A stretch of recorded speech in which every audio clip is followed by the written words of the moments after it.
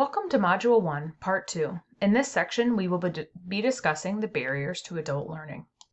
In this section, we will discuss the 4 stages of competency, the barriers for adult learners, and briefly go over some of the ways that we can counteract these barriers. The 4 stages of competence, developed by Noel Birch, is a great framework to use when you seek to understand how adults learn and how new information is attained.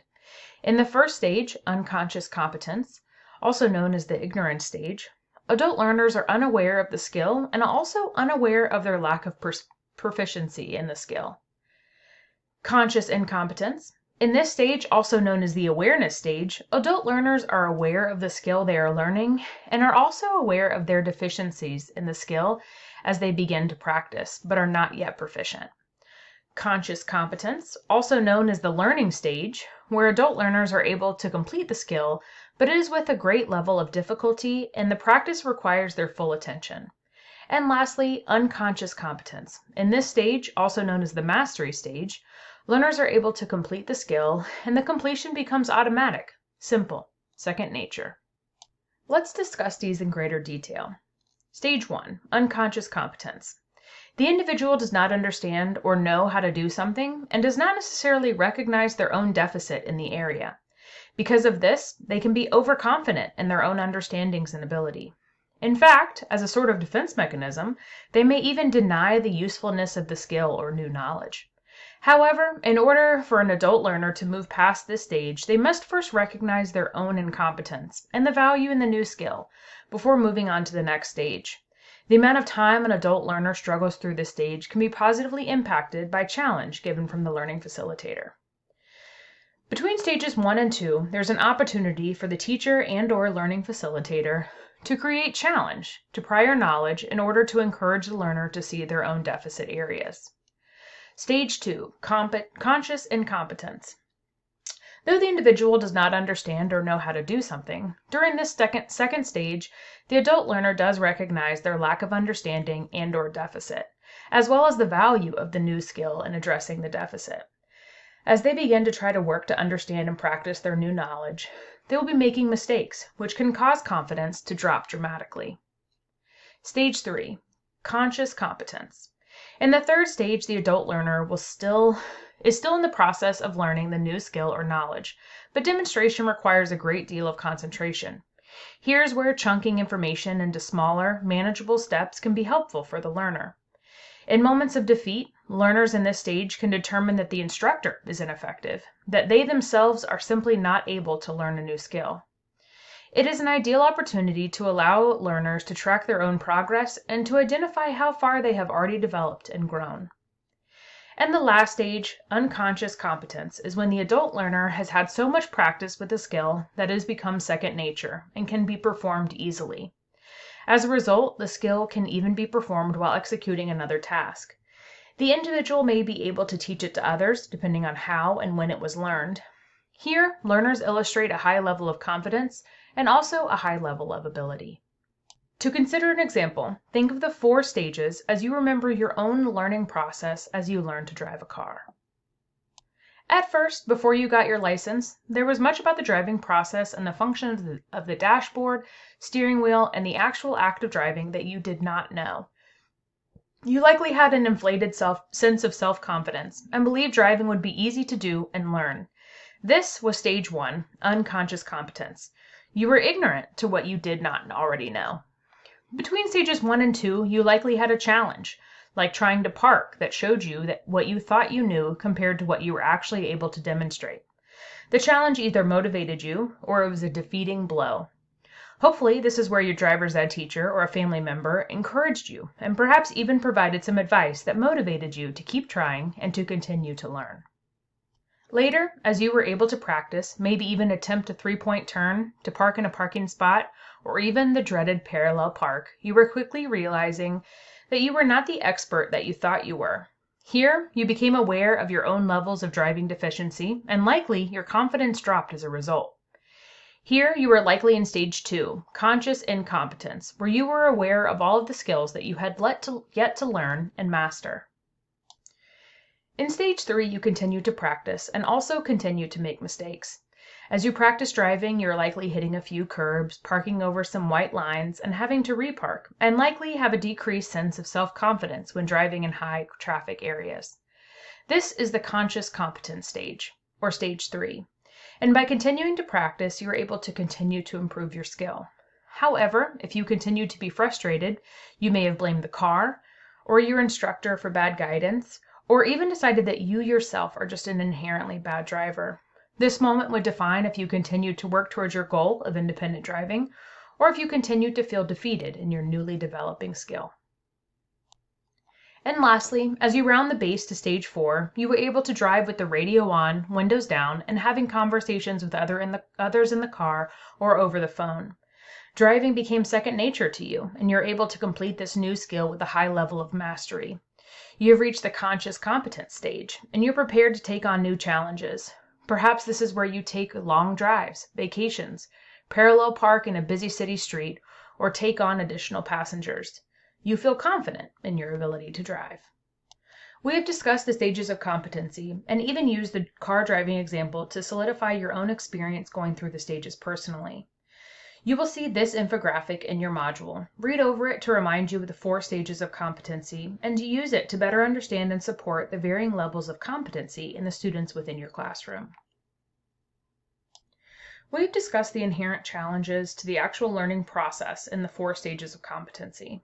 But there are many barriers for adult learners, and some of these barriers are institutionalized in the ways in which we teach and learn in higher education. Easily identified, adult learners have several competing priorities, including families and work outside of their schooling.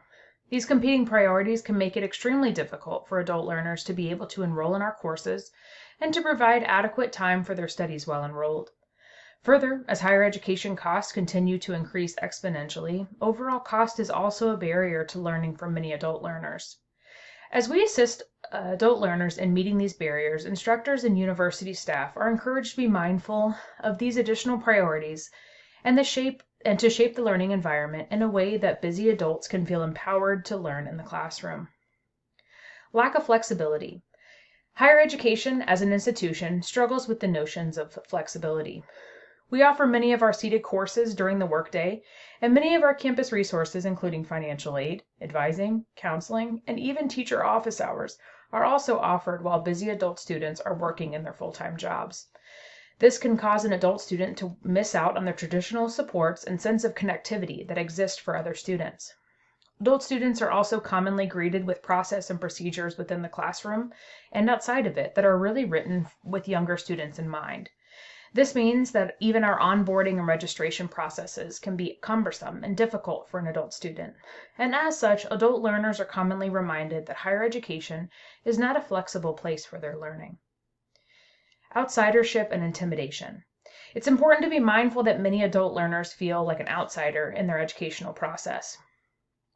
These spaces are designed and created with the traditional age student in mind, from the times in which we offer classes which compete with a 9-to-5 job, to the kinds of food that we provide on campus and the online technology that we expect all students to know how to use as they begin their educational journey.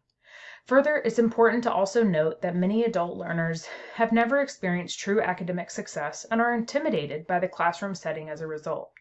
Coming back to school as the oldest student in the room is an off-putting and alienating feeling, and it is seldom that adult learners are able to establish the same sense of community that traditional age students share as a result. Many adults around the world are returning to the classroom. While some are continuing their studies for personal enjoyment, many have found it necessary to learn new skills to remain viable in today's competitive workforce. But returning to study is not always an easy transition to make. It's important for learning institutions to understand that adult learners often have different needs to younger learners.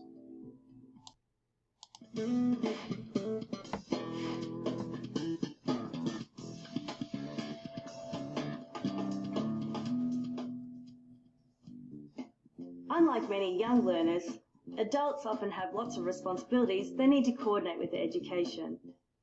Sometimes these responsibilities create barriers to their learning. These barriers can include things like money, time, childcare responsibilities, and even confidence. And it's not unusual for adults to have bad experiences with formal education. And there are a lot of reasons for this. Well, when you think about the constraints on the formal education system, it's really a wonder that as many people have positive experiences with it as they do. It basically functions on getting a large group of people all working in the same space, in the same place over a long period of time. And it's very, very difficult for teachers in that environment to meet the needs of a broad range of learners. So as a result, there's going to be a small group in the middle who have a really very positive learning experience, a whole lot of people on either side who won't have such positive learning experiences, either because it's boring for them or because it's too challenging and becomes a frightening experience for them, or just becomes an environment that doesn't actually recognise or value the skills that they bring to the learning environment. And so that can make it a really negative experience for a large proportion of the population. Adults shouldn't feel out of place in formal education. In fact, they often have advantages over other learners they may have overlooked. Let's look at some of those. The life experience and knowledge of many adults can help put curriculum material into a more practical context. Adults often have a large network of people around them that can be used to help support learning, and adults often have good problem-solving skills, which are invaluable to the learning process. A big factor in unlocking these advantages is a facilitator. Facilitators and instructors should help to remove some of these common barriers to adult learning. Helping adults tap into their experiences and knowledge can assist them to get the best out of their education. I think setting up the right environment, setting up being prepared, ensuring that it's a relaxed environment, that they're able to engage with others. Again, it's very early on how the atmosphere is set up in a learning environment. Those first 5 minutes is where the whole culture, environment, atmosphere is going to be established, and it's critical that the adult educator at that very early stage thinks very carefully about that preparation and ensures that all the bases have been covered, and that they're going to ensure that first 5 minutes engages everyone and puts everybody in a comfortable position. In that clip, taken from a training in adult learning, you were able to better understand some of the barriers adult learners experience. As we discuss the challenges that adult learners experience and the barriers that they must overcome to take part in our educational processes, it's also important to focus on the motivating and empowering measures that we can take to recruit, retain, and graduate students of the adult learner demographic. Allowing time for processing. We've discussed how adult learners learn slower, but want to dive deeper into the content than our traditional age students. Consider opportunities to open modules early to allow adults to complete e-learning on their own time. Provide information ahead of class to allow adult learners to dissect and process some of the information. And provide opportunities for options for readings and resources for content to allow adult learners to learn more about a topic to develop deeper understandings if desired. Focus on real-world use. By attaching your content to real-world applicability of the skills they are learning, adult learners are better able to identify the need for their learning and to focus on the knowledge acquisition process. Allow learners to try. Our higher education spaces should feel like a comfortable and safe place to try new skills, to fail, and to be wrong. The feelings that many adult learners already have of outsidership and intimidation can only be compounded by the challenge of learning a new skill. It's important that our spaces feel safe and encouraging for adult learners seeking new knowledge or skill attainment. And lastly, increasing accessibility. By increasing the hours of operation, the ease of access, and the opportunities to utilize resources and in structured direction, adult learners are set up for success and are in an environment that has adapted to them just as they have been forced to adapt to many of our processes. Here, consider offering one-on-one meetings outside of working hours. Connect students to tutorials and videos that they can pause and play at their own pace, and even connect them to campus resources that they can access electronically before or after working hours. In summary, during this presentation, we have discussed the 4 stages of competency for adult learners and seen how they can be challenging for adults to learn new content.